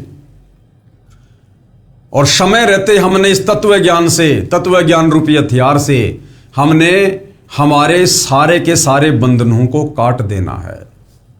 हमने प्रतिदिन अपने गुरुदेव भगवान के चरणों में बैठकर दरबार साहिब में हमने विचार करना है कि यहाँ मेरी इच्छा बेटा में, बेटी में, पोता में, पोती में, कार में, कोठी में, संपत्ति में या किसी वस्तु में तो नहीं है। और जिस समय हम गुरुदेव के चरणों में बैठकर ये थोड़ा विचार करेंगे, चिंतन करेंगे, तो ऑटोमेटिक हमारे सामने वो चीजें आ जाएंगी जो अभी हमारे बंधन का कारण है। उसके बाद हमने उन बंधनों को काटने का प्रयास करना है गुरुदेव के ज्ञान आधार से, कि मैं तो मोक्ष प्राप्ति के लिए भक्ति कर रहा हूं, इतना कुर्बान हूं, इतना संघर्ष कर रहा हूं, और यदि मेरा मोक्ष ही नहीं हुआ तो क्या फायदा फिर इतने संघर्ष का, इतनी भक्ति का, इतनी कुर्बानी का। यदि हमारा टारगेट सतलोक जाना है तो सतलोक जाने के मार्ग में जो जो बाधा है उसको हमने इसी शरीर में रहते सहते इस तत्व ज्ञान को आधार बनाकर समाप्त करना है। तो भाइयों और बहनों, आप और हम जितने भी परम पूज्य परमेश्वर सतगुरु रामपाल जी के भगत हैं, जिनका लक्ष्य मोक्ष प्राप्ति हो चुका है, विशेषकर साध संगत का, तो आप और हम भगत भाई बहनों ने इस प्रकार से चिंतन मनन अवश्य करना चाहिए। ये प्रतिदिन हमारी एक रिहर्सल होनी चाहिए। दिन में जब भी समय मिले या रात्रि के समय सोने से पहले, अब तो हर साध संगत वालों के घरों पर गुरुदेव भगवान के बेड लगे हैं। अलग से गुरुदेव भगवान को एक कमरा दिया हुआ है जहां बैठकर हम थोड़ी देर चिंतन मनन कर सकते हैं, गुरुदेव की चरण सेवा कर सकते हैं, मनन कर सकते हैं, विचार कर सकते हैं, शांति से बैठकर सुमरण कर सकते हैं। उस दरबार साहिब में बैठकर हमने प्रतिदिन ये विचार करना चाहिए कि क्या कोई काल का ऐसा जाल अभी मेरे ऊपर बिछा हुआ तो नहीं है, और विचार करके फिर हमने तत्व ज्ञान को आधार बनाकर, यानी गुरुदेव के ज्ञान को आधार बनाकर हमने उसको काटने का प्रयास करना चाहिए। अन्यथा शरीर छूटते समय यदि जरा भी आशा हमारी दुनी चंद के पिताजी की तरह अगर किसी भी चीज में रह गई, किसी भी वस्तु में रह गई, हमें परमेश्वर जी के विधान अनुसार हमें वापस यहीं पर जन्म लेना पड़ेगा, यानी हमारा पूर्ण मोक्ष नहीं हो पाएगा। तो क्या कहा सेठ दुनीचंद के पिताजी ने कि जब मेरे प्राण निकल रहे थे उसी समय साथ वाले मकान में मांस पकाया जा रहा था। उसकी गंध मेरे तक आई और मेरे मन में मांस खाने की इच्छा हुई। उसी समय मेरे प्राण निकल गए, जिस कारण से मुझे शेर का शरीर मिला। बेटा दुनीचंद, आप किसी पूर्ण संत से दीक्षा लेकर अपने जीव का कल्याण करा लेना। मानव जीवन बड़ी कठिनता से मिलता है। ये कहकर शेर जंगल की ओर गहरा चला गया। दुनीचंद ने उन अज्ञानी धर्मगुरुओं को धिक्कारा कि सबको भ्रमित कर रहे हैं। अब विश्वास हुआ कि श्राद्ध करने से कोई लाभ मरे हुए व्यक्ति को नहीं मिलता। घर आकर श्री नानक जी के चरणों में गिरकर अपने कल्याण के लिए यथार्थ भक्ति का ज्ञान तथा मंत्र लेकर आजीवन सुमरण किया तथा सर्व अंधविश्वास वाली साधना त्याग दी जो शास्त्रों के विरुद्ध कर रहा था, और मानव जीवन को सफल किया। अब भाइयों और बहनों, ये जो श्राद्ध है, जो शास्त्र विरुद्ध साधना है, इसको लेकर सभी संतों ने अपने अपने मत प्रकट किए हैं, और आप और हमें सतगुरु रामपाल जी के द्वारा उन संतों के मतों से परिचित करवाना उनका मकसद ये है कि हम निकट भविष्य में इस प्रकार की गलती तत्वदर्शी संत से उपदेश लेने के बाद बिल्कुल भी ना करें। और जो लोग अभी तत्वदर्शी संत की शरण में नहीं हैं, वो इन कथाओं को सुनकर और इनके परिणामों से परिचित होकर तुरंत तत्वदर्शी संत की शरण ग्रहण करें और अपनी आत्मा का कल्याण करवाएं, जैसा सेठ दुनीचंद ने उस समय के तत्वदर्शी संत नानक जी से उपदेश लेकर अपनी आत्मा का कल्याण करवाया। तो अब आगे संत गरीबदास जी द्वारा श्राद्ध भ्रम का खंडन किस प्रकार किया गया है। संत गरीबदास जी महाराज गांव छुडानी, जिला झज्जर, प्रांत हरियाणा को श्री नानक जी की तरह 10 वर्ष की उम्र में सन 1727 विक्रमी संवत 1784 में नला नाम के खेत यानी जंगल में जिंदा बाबा के वेश में परम अक्षर ब्रह्म मिले, यानी वही कबीर भगवान मिले। उस समय छुडानी गांव के 10-12 व्यक्तियों ने बाबा जिंदा को देखा और बातें की। अन्य व्यक्ति अपने अपने कार्यों में लग गए। बालक गरीबदास जी की आत्मा को निकालकर परमात्मा सतलोक ले गए। ऊपर के सब लोकों का अवलोकन करवाकर सर्व यथार्थ आध्यात्मिक ज्ञान बताकर लगभग 8-9 घंटे बाद वापस शरीर में प्रविष्ट कर दिया। बालक गरीबदास जी को मरा हुआ जानकर चिता पर रख दिया गया था। अग्नि लगाने वाले थे। उसी समय संत गरीबदास जी उठकर घर की ओर चल पड़े। परमेश्वर कबीर जी ने उनको यथार्थ भक्ति ज्ञान दिया। उनके बहुत सारे शिष्य हुए। गांव छुडानी के एक भगत को संत गरीबदास जी की बात पर विश्वास नहीं था कि श्राद्ध कराया हुआ मृतक को नहीं मिलता है। श्राद्ध के दिनों में उस भगत के दोनों माता पिता के श्राद्ध लगातार 2 दिन किए गए। पहले दिन माता जी का और अगले दिन उसके पिताजी का। संत गरीबदास जी ने कहा कि हे भगत, आपके माता पिता तो तुम्हारे खेत की जोड़ी, जिसे ग्रामीण भाषा में लेट यानी छोटा तालाब जोड़ी कहते हैं, वहां पर भूखे रो रहे हैं। आप 2 व्यक्तियों का भोजन लेकर मेरे साथ चलो। वह भगत अति शीघ्र अपने पिता के श्राद्ध से बची खीर व रोटी 2 व्यक्तियों की लेकर संत गरीबदास जी के साथ गया। उनके खेत में बनी जोड़ी से लगभग 200 फुट दूर खड़े होकर संत गरीबदास जी ने आवाज लगाई कि हे फतेह सिंह तथा दया कौर, काल्पनिक नाम, आओ, आपका पुत्र आपके लिए भोजन लाया है। उसी समय गीदड़ तथा गीदड़ी झाड़ियों से बाहर निकले। पहले तो ऊपर को मुख करके चिल्लाए, फिर दौड़े दौड़े संत गरीबदास जी के पास आए। दोनों के सामने खीर रोटी रख दी। शीघ्र शीघ्र खाकर दौड़ गए। उस दिन उस भ्रमित भगत का अज्ञान भंग हुआ। वह प्रतिदिन 2 व्यक्तियों का भोजन जैसा भी घर पर बनता था, एक समय उस जोड़ी की झाड़ियों में रख देता। प्रतिदिन वे दोनों जानवर भोजन खा जाते। कुछ वर्ष पश्चात उनकी मृत्यु हो गई। ये देखकर भी अन्य गांव वाले तो उस भगत का मजाक करते थे कि तेरे को गरीबू यानी संत गरीबदास जी को गांव के लोग गरीबा, गरीबू आदि आदि अपभ्रंश नामों से पुकारा करते थे। क्योंकि भाई और बहनों, ये यहाँ की रीत है कि घर का जोगी जोगना, बाहर का जोगी सिद्ध, यानी दीपक तले हमेशा अंधेरा ही रहता है। किसी भी संत महात्मा को उसके शरीर छोड़ने के बाद ही लोग भगवान मानकर पूजते हैं। उनके रहते सहते उनसे लाभ नहीं उठा पाते हैं। तो इसी प्रकार से आदरणीय गरीबदास जी का नाम गांव वालों ने बिगाड़ रखा था और इस प्रकार से वो उस भगत को कहने लगे कि तेरे को तो इस गरीबों ने बहका दिया है, तू श्राद्ध नहीं करता, बड़ी हानि हो जाएगी। परंतु भगत को अटल विश्वास हो चुका था और आजीवन मर्यादा में रहकर साधना करके जीवन सफल किया। जीवन में कोई हानि नहीं हुई, अपितु अद्भुत लाभ हुए। धनी हो गया, सैकड़ों गाय मोल ले ली, बड़ी हवेली कोठी बना ली और कुछ वर्ष पश्चात बच्चों ने भी दीक्षा ले ली और सुखी जीवन जिया। आगे इस श्राद्ध की जो शास्त्र विरुद्ध साधना है, इसके खंडन को लेकर सतगुरु रामपाल जी ने भी अपना मत प्रकट किया है, जो घटना उनके समक्ष घटित हुई। लेखक यानी इस पवित्र पुस्तक कबीर बड़ाया कृष्ण के जो लेखक हैं सतगुरु रामपाल जी, उनके द्वारा भी श्राद्ध भ्रम का खंडन किया गया है और सत्य कथा बता रहे हैं। मेरे पूज्य गुरुदेव आदरणीय रामदेवानंद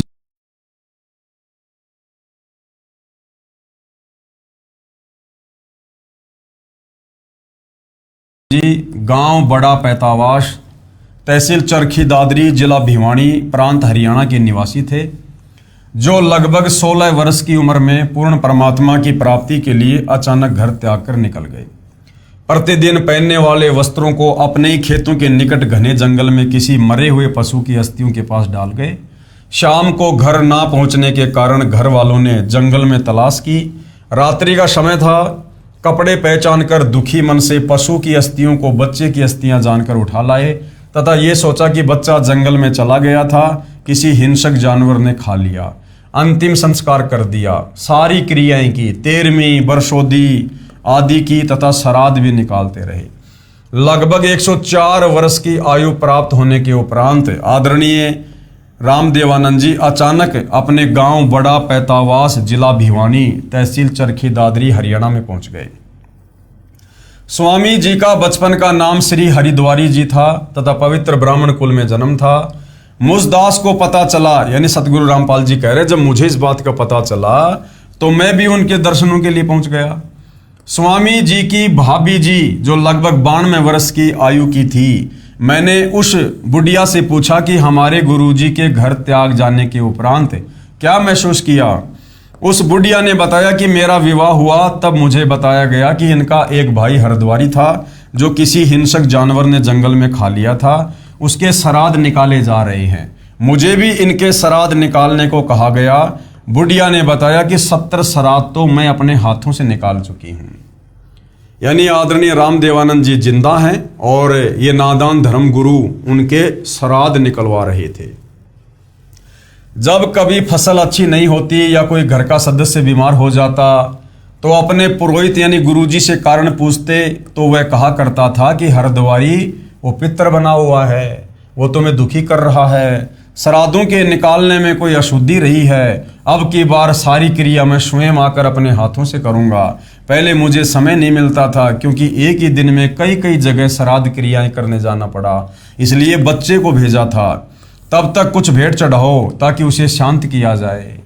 तब उसे 21 या 51 रुपये जो भी कहता था डरते भेंट किया करते थे। फिर श्राद्धों के समय गुरुजी स्वयं श्राद्ध करते थे। तब मैंने कहा माता जी अब तो छोड़ दो इस गीता जी विरुद्ध साधना को, नहीं तो आप भी प्रेत बनोगी। गीता अध्याय 9 श्लोक 25 सुनाया। तब वह बुढ़िया कहने लगी गीता जी मैं भी पढ़ती हूँ। तो सतगुरु रामपाल जी ने कहा आपने पढ़ा है समझा नहीं है, आगे से तो बंद कर दो इस साधना को, यानी अब तो ये श्राद्ध निकालना बंद कर दो। तुम्हारे सामने व्यक्ति जिंदा है और तुम इन भ्रमित धर्मगुरुओं के कहने पर शास्त्र विरुद्ध साधना कर रही हो, जिंदे के तुम श्राद्ध निकाल रही हो। तो बुढ़िया ने उत्तर दिया ना भाई कैसे छोड़ दूं श्राद्ध निकालना, ये तो सदियों पुरानी परंपरा है।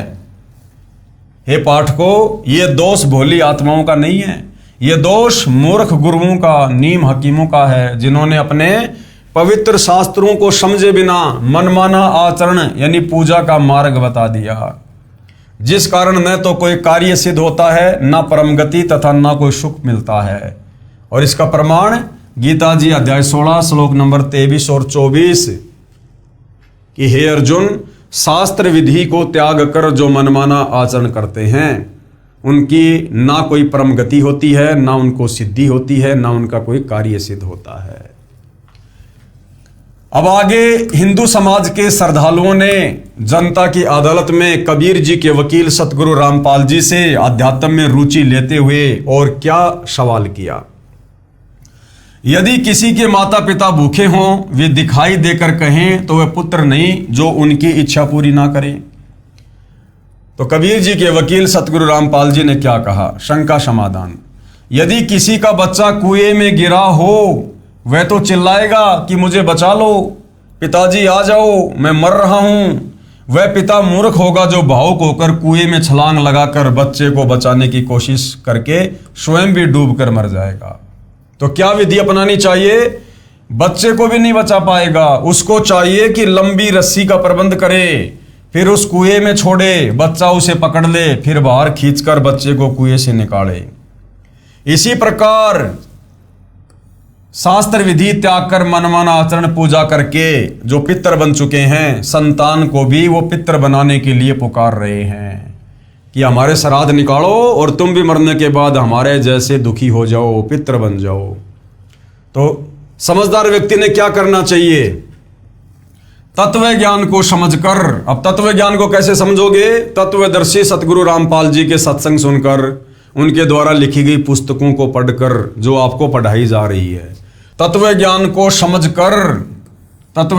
समझकर अपना कल्याण कराएं तथा मुझदास यानी सतगुरु रामपाल जी अपने लिए कह रहे हैं कि मेरे पास परमेश्वर कबीर बंदी छोड़ की प्रदान की हुई वह विधि है जो साधक यानी भगत का तो कल्याण करेगी ही, उसके पितरों की भी पितर योनि छूटकर मानव जन्म प्राप्त होगा तथा भक्ति युग में जन्म होकर सत्य भक्ति करके 1 या 2 जन्म में पूर्ण मोक्ष प्राप्त करेंगे। अब आगे क्या कह रहे हैं गुरुदेव? विचार करो, जैसा कि उपरोक्त रुचि ऋषि की कथा में पितर डर रहे हैं कि यदि हमारे श्राद्ध नहीं किए गए तो हम पतन को प्राप्त होंगे, अर्थात हमारा पतन यानी मृत्यु हो जाएगी। अब उनको पितर योनि जो अत्यंत कष्टमय है, अच्छी लग रही है, उसे त्यागना नहीं चाह रहे। ये तो वही वाली बात है कि एक समय एक ऋषि को अपने भविष्य के जन्म का ज्ञान हुआ। उसने अपने पुत्रों को बताया कि मेरा अगला जन्म अमुक व्यक्ति के घर एक सूअरी से होगा, मैं सूअर का जन्म पाऊंगा। उस सूअरी के गले में गांठ है, ये उसकी पहचान है, उसके पेट से मेरा जन्म होगा। मेरी पहचान ये होगी कि मेरे सिर पर गांठ होगी जो दूर से दिखाई देगी। मेरे बच्चों, उस व्यक्ति से मुझे मोल ले लेना तथा मुझे मार देना। जो ऋषि था उसको भविष्य दिखाई देता था, अगला जन्म उसको दिखाई दे गया। उस समय वो मनुष्य शरीर में था। अब देखो, वो शास्त्र विरुद्ध साधना कर रहा था। भले वो ऋषि था, भगत था, लेकिन विधि शास्त्रों के विरुद्ध थी, जिस कारण से अगले जन्म में उसको पशु योनि में जाना था। और उसको पता भी चल गया, लेकिन फिर भी वो अपनी साधना को ठीक नहीं कर पाया। क्यों? क्योंकि तत्वदर्शी संत के बिना हम शास्त्र अनुकूल साधना कर ही नहीं सकते। तो उसका दुर्भाग्य था जो उस समय उसको तत्वदर्शी संत नहीं मिला। तो उसने अपना अगला जन्म देख लिया कि मैं तो सूअर बनूंगा। और उसने सोचा, भैया मनुष्य जन्म में तो हर प्रकार से मौज है, और सूअर बनूंगा तो भैया मैं तो बड़ा कष्ट उठाऊंगा मैं। तो उसने अपने बच्चों से क्या कहा कि बच्चों, ऐसे ऐसे मरने के बाद फला फला जगह एक व्यक्ति के पास में जो सूअर है वहां पर मेरा जन्म होगा, और ये मेरी पहचान होगी। और बच्चों, तुम एक काम करना, तुम उस बच्चे को, उस व्यक्ति को कुछ पैसे दे के मोल ले लेना, और उसके बाद तुम मेरी हत्या कर देना, ताकि मैं आगे कोई कष्ट सूअर योनि में ना उठा पाऊं। और अपने बच्चों को उसने बिल्कुल टाइट कर दिया कि देखो बच्चों, तुम भावनाओं में मत बह जाना, 150 रुपए का लालच मत कर देना, नहीं तो मैं बहुत दुखी रहूंगा। तुम अवश्य मुझे मोल लेकर और मेरी हत्या कर देना। मेरी पहचान ये होगी कि मेरे सिर पर गांठ होगी जो दूर से दिखाई देगी। मेरे बच्चों, उस व्यक्ति से मुझे मोल ले लेना तथा मुझे मार देना, मेरी गति कर देना। बच्चों ने कहा, बहुत अच्छा पिताजी। ऋषि ने फिर आंखों में पानी भरकर कहा कि बच्चों, कहीं लालचवश मुझे मोल ना लो और मुझे तुम मारो नहीं। ये कार्य तुम अवश्य करना, नहीं तो मैं सूअर योनि में महाकष्ट उठाऊंगा। बच्चों ने पूर्ण विश्वास दिलाया कि पिताजी, हम आपको मोल लेकर अवश्य आपकी गति कर देंगे। उसके पश्चात कुछ दिनों में उस ऋषि का देहांत हो गया। उसी व्यक्ति के घर पर उसी गले में गांठ वाली सूअरी के वही सिर पर गांठ वाला बच्चा भी अन्य बच्चों के साथ उत्पन्न हुआ। उस ऋषि के बच्चों ने वह सूअरी का बच्चा मोल ले लिया, तब उसे मारने लगे। उसी समय वह बच्चा बोला, अब काल प्रेरणा से, क्योंकि भाइयों और बहनों, ये बहुत सारे खेल होते हैं यहाँ पर। ये काल भी अपने स्तर पर खेल खेलता है और परमात्मा भी अपने स्तर पर खेल खेलता है। उसी समय वह बच्चा बोला, बेटा मुझे मत मारो, मेरा जीवन नष्ट करके तुम्हें क्या मिलेगा। तब उस ऋषि के पूर्व जन्म के बेटों ने कहा कि पिताजी, आप ही ने तो कहा था। तब सूअर के बच्चे रूप में ऋषि बोला कि मैं आपके सामने हाथ जोड़ता हूं, मुझे मत मारो। मेरे भाइयों, अन्य सूअर के बच्चों के साथ मेरा दिल लगा हुआ है, मुझे बख्श दो। बच्चों ने वह बच्चा छोड़ दिया और मारा नहीं। कहने का मतलब भाइयों और बहनों, ये कथा हमें शिक्षा देती है कि ये जो मोह ममता है ना, विष्णु जी के सतोगुण के कारण, ये जिस प्रकार से मनुष्य योनि में हमारी अपने माता पिता के प्रति, अपने बच्चों के प्रति होती है, ठीक उसी प्रकार अन्य योनियों में, उन पशु पक्षी की योनियों में अपने बच्चों के प्रति होती है। और हमें गुरुदेव ने यह तत्व ज्ञान इसीलिए दिया है कि भैया, अगर इस काल के जाल से बाहर निकलना है, 21 ब्रह्मांड से बाहर निकलना है, तो आपने इस तत्व ज्ञान को आधार बनाकर ही काल के इन बेड़ियों को काटना पड़ेगा। अन्यथा ये काल तुम्हें यहां से कभी नहीं जाने देगा। इन तीनों गुणों के प्रभाव से, रजगुण ब्रह्मा, सतगुण विष्णु, तमगुण शंकर, इन तीनों गुणों के प्रभाव से तुम्हें यहां पर हर योनि में इसी प्रकार से बांध के रखेगा।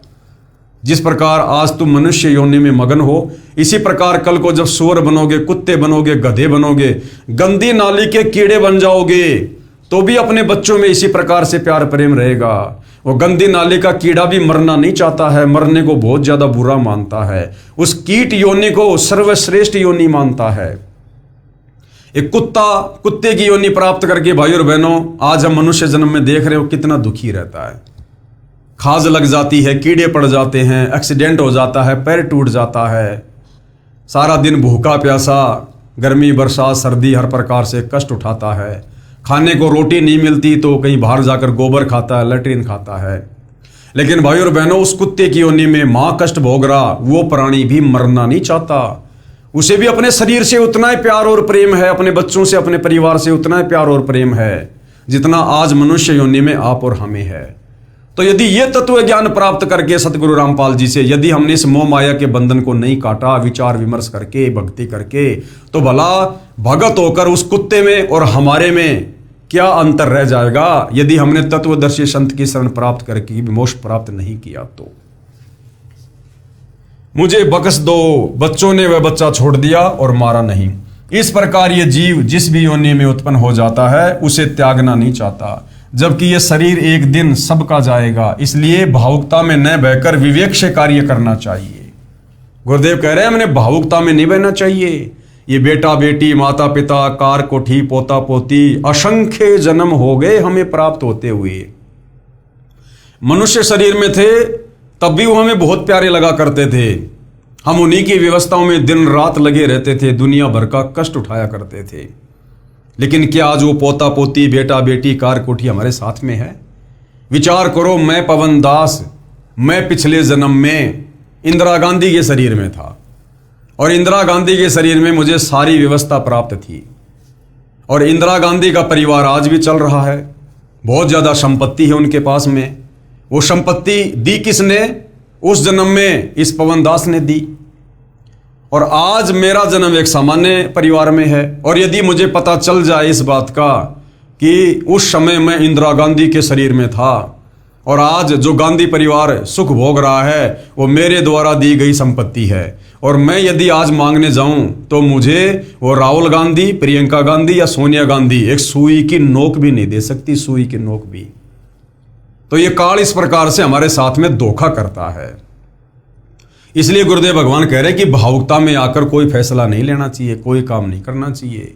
यानी अब ये तत्व ज्ञान प्राप्त होने के बाद हमने भाई और बहनों इस मोह माया के बंधन को काटना होगा कि भैया यह सब काल का जाल है, सब यहाँ पर काल आहार है और इस काल ने अपने स्वार्थ के लिए, अपने भोजन के लिए हम सबको यहाँ पर अपने तीनों पुत्रों के माध्यम से उनको एक एक गुण से युक्त करके, रजगुण से ब्रह्मा को, सतगुण से विष्णु को, तमगुण से शंकर को, आप और हमें केवल यहाँ पर फंसाया हुआ है और सब जीव यहाँ पर अपना अपना कर्म भोग रहे हैं। यदि कोई किसी के घर में माता पिता, बेटा बेटी, पोता पोती बनकर आता है तो वो अपने पूर्व जन्म के संस्कारों को पूरा करने के लिए ही आता है। मरने के बाद वो बेटा कहाँ, बेटी कहाँ, पति कहाँ, पत्नी कहाँ, सब अपने अपने कर्म भोग रहे होंगे। एक लेवा एक देवा दूतम, कोई किसी का पिता निपुतम, ऋण संबंध जुड़े सब नाता, अंत समय सब बारा बाटा। तो हमने इस तत्व ज्ञान को प्राप्त करके इन झूठे रिश्ते नातों के बंधन में ना बंध कर केवल अपनी जिम्मेदारियों तक सीमित रहना है कि माता पिता के प्रति बेटा बेटी की क्या जिम्मेदारी है और बेटा बेटी की माता पिता के प्रति क्या जिम्मेदारी है, एक पति की अपने पति के प्रति और पति की अपने पत्नी के प्रति क्या जिम्मेदारी है। केवल हमने उन जिम्मेदारियों का निर्वाह करना है प्यार प्रेम के साथ में। हमने तत्व ज्ञानहीन लोगों की तरह मोह माया के चक्कर में पड़कर उनमें फंसे नहीं रहना है। असली आनंद, असली सुख हमने उन रिश्तों में नहीं बल्कि हमने परमेश्वर की भक्ति में ढूंढना है, परमेश्वर की भक्ति से प्राप्त करना है और इस प्रकार से हमने अपनी आत्मा का कल्याण करवाना है। ये दास यानी गुरुदेव अपने लिए कह रहे हैं कि आपको जो साधना बताएगा उससे आम के आम और गुठलियों के दाम भी मिलेंगे। यानी जब तक जिएंगे हमें यहां भी पूर्ण लाभ मिलेगा, किसी वस्तु का कोई अभाव नहीं रहने देंगे गुरुदेव, और मरने के बाद फिर हमारा परलोक भी सुखी होगा, यानी हमारा पूर्ण मोक्ष भी होगा। इसी विष्णु पुराण में तीसरे अंश के अध्याय 15 श्लोक 55 और 56 पर पेज नंबर 213 पर लिखा है कि आरव ऋषि सगर राजा को बता रहा है, हे राजन, श्राद्ध करने वाले पुरुष से पितृगण, विश्वदेवगण आदि सर्व संतुष्ट हो जाते हैं। हे भूपाल, पितृगण का आधार चंद्रमा है और चंद्रमा का आधार योग यानी शास्त्र अनुकूल भक्ति है। इसलिए श्राद्ध में योगी जन यानी तत्व ज्ञान अनुसार, शास्त्र विधि अनुसार साधक जन को अवश्य बुलाएं। यदि श्राद्ध में 1000 ब्राह्मण भोजन कर रहे हों, उनके सामने एक योगी यानी शास्त्र अनुकूल साधक भी हो तो वह उन 1000 ब्राह्मणों का भी उद्धार कर देता है। तथा यजमान का भी उद्धार कर देता है। पितरों का उद्धार का अर्थ है कि पितरों की योनि छूटकर मानव शरीर मिलेगा। यजमान तथा ब्राह्मणों के उद्धार से तात्पर्य है कि उनको सत्य साधना का उपदेश करके मोक्ष का अधिकारी बनाएगा। पेश है प्रमाण के लिए श्री विष्णु पुराण के 3रे अंश के अध्याय 15 श्लोक 55-56 की फोटोकॉपी देखिएगा। हे भूपाल, पितृगण का आधार चंद्रमा है और चंद्रमा का आधार योग, इसलिए श्राद्ध में योगी जनों को नियुक्त करना अति उत्तम है। हे राजन, यदि श्राद्ध भोजी 1000 ब्राह्मणों के सामने एक योगी भी हो तो वह यजमान के सहित उन सबका उद्धार कर देता है। अब योगी की परिभाषा क्या है? वास्तव में योगी यानी भगत किसको कहते हैं? योगी की परिभाषा गीता अध्याय 2 श्लोक 53 में कहा कि हे अर्जुन, जिस समय आपकी बुद्धि भिन्न भिन्न प्रकार के भ्रमित करने वाले ज्ञान से हटकर एक तत्व ज्ञान पर स्थिर हो जाएगी, तब तू योगी बनेगा, अर्थात भगत बनेगा। यानी आज आप और हम सभी साध संगत वाले भाई बहन, हम सब वास्तव में योगी हैं, भगत हैं, क्योंकि हम पतिव्रता पद पे रह के भक्ति करते हैं। हमने अपने पूज्य गुरुदेव भगवान को पहचान लिया, जान लिया और हम अपना इष्ट मानकर परमेश्वर रूप में उनकी पूजा कर रहे हैं। अब हमें कोई भक्ति और भगवान के नाम पर भ्रमित नहीं कर सकता कि वो भगवान है, वो भगवान होगा, नहीं। उसको कहते हैं वास्तव में योगी, जो तरह तरह के भ्रमित करने वाली बातों से हटकर एक अपने परमपिता परमेश्वर को पहचान कर विश्वास के साथ उसकी भक्ति करे, उसको कहते हैं योगी। योग का प्राप्त होगा भावार्थ है कि तत्व ज्ञान आधार से साधना करने वाला ही मोक्ष का अधिकारी बनता है। उसी में नाम साधना यानी भक्ति का धन होता है, वह राम नाम की कमाई का धनी होता है। इसलिए ये दास यानी अपने लिए गुरुदेव कह रहे हैं कि रामपाल दास आपको वह शास्त्र अनुकूल साधना प्रदान करेगा जिससे आप योगी यानी सत्य साधक हो जाओगे। आपका कल्याण तथा आपके पितरों का भी कल्याण हो जाएगा। यानी गुरुदेव भगवान ने हमें योगी बना दिया, ये योग साधना देकर, शास्त्र अनुकूल साधना देकर, और हमारे उन 7 पीढ़ियों तक के पूर्वजों का ऑटोमेटिक जो है उनका उद्धार हो जाएगा।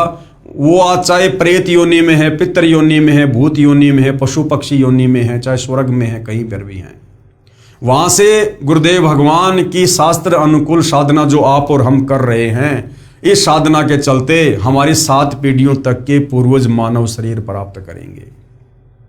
यानी हम भक्तों ने दुनिया वालों की तरह अलग से कर्मकांड करते हुए शास्त्र विरुद्ध साधना के तहत पूर्वजों के श्राद्ध करने की आवश्यकता नहीं है। और जैसा कि विष्णु पुराण में लिखा हुआ है कि यदि एक योगी अगर भोजन कर ले, उसके सामने चाहे 1000 ब्राह्मण बैठे हों, तो भी उससे कहीं ज़्यादा लाभ श्राद्ध भोजी को मिलेगा। तो इसका मतलब ये नहीं है कि यदि किसी के घर में श्राद्ध है और उसको इस बात का पता चल जाए और वो हमें आकर कहे कि भगत जी आ जाओ, हमारे घर पर श्राद्ध निकल रहे हैं, आप भी जरा आ जाओ, भोजन पानी कर लो, तो हम ये सोच कर कि चलो मैं चलता हूँ इसके घर पर, मैं तो भक्ति कर ही रहा हूँ और मेरे यहाँ पर भोजन करने से गुरु जी के बताए अनुसार उस परिवार का भी उद्धार हो जाएगा, उनके पूर्वजों का भी उद्धार हो जाएगा। अगर इस प्रकार की गलती हमने की तो ना हमारा उद्धार होगा, हमारा तो उल्टा बेड़ा गर्क हो जाएगा, क्योंकि हमारी मर्यादा खंडित हो जाएगी और ना उनको किसी प्रकार का कोई लाभ मिलना है। ये गुरुदेव भगवान ने जो उनकी शरण में आ जाता है, जो भगत बन जाता है, परमात्मा उस भगत को योगी बना देता है और अपने गुरु के द्वारा बताई गई साधना मर्यादा में रहकर करने के चलते उस भगत के पूर्वजों का ऑटोमेटिक उद्धार हो जाता है।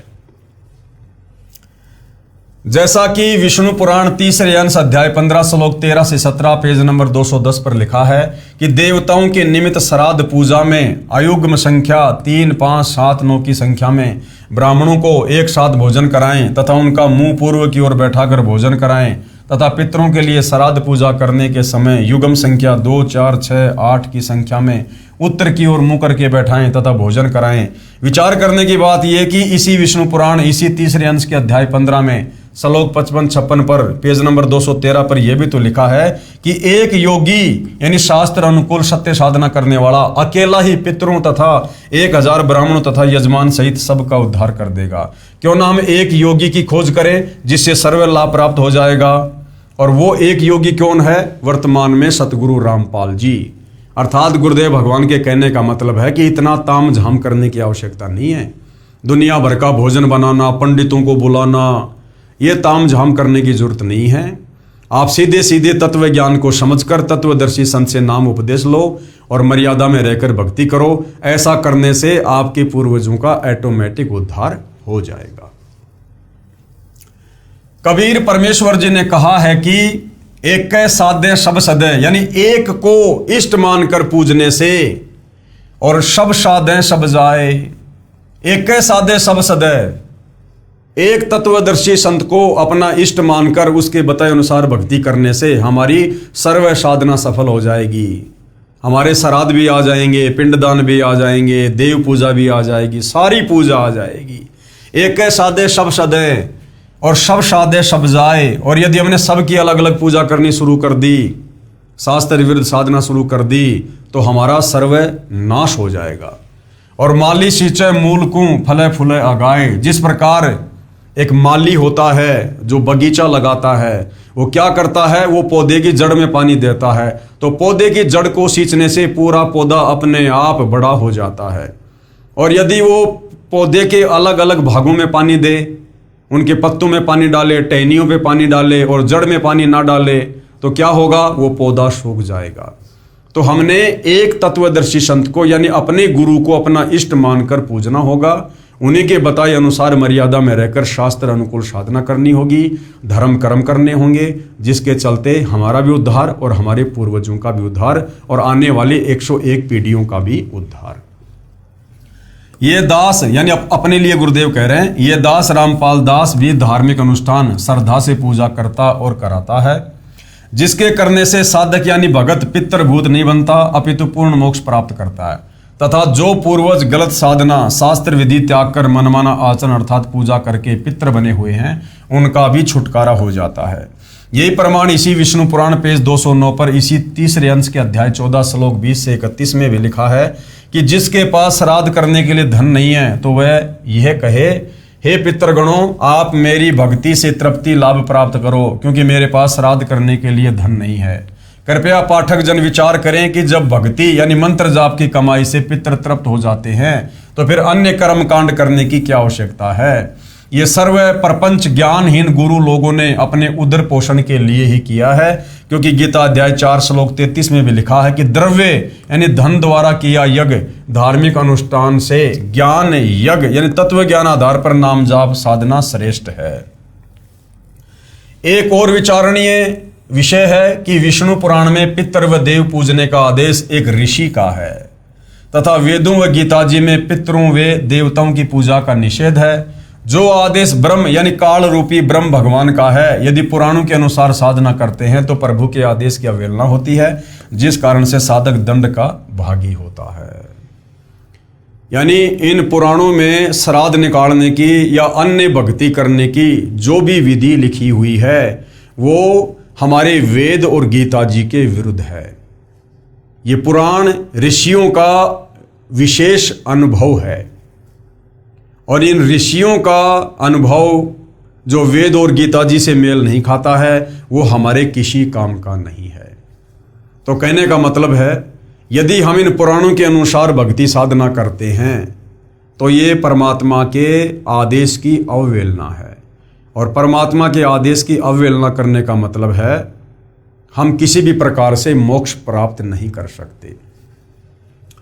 आगे भाइयों और बहनों, श्राद्ध करने की श्रेष्ठ विधि क्या है।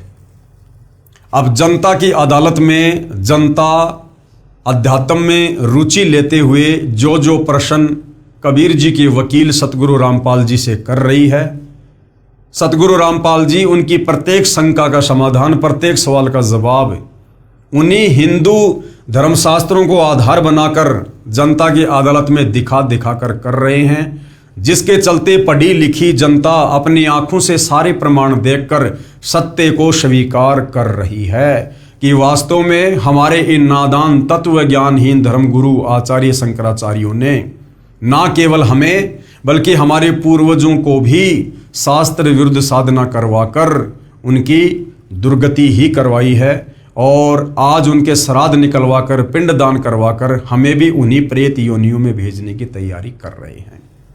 तो भाइयों और बहनों, धीरे धीरे जनता की शंकाओं का समाधान हो रहा है।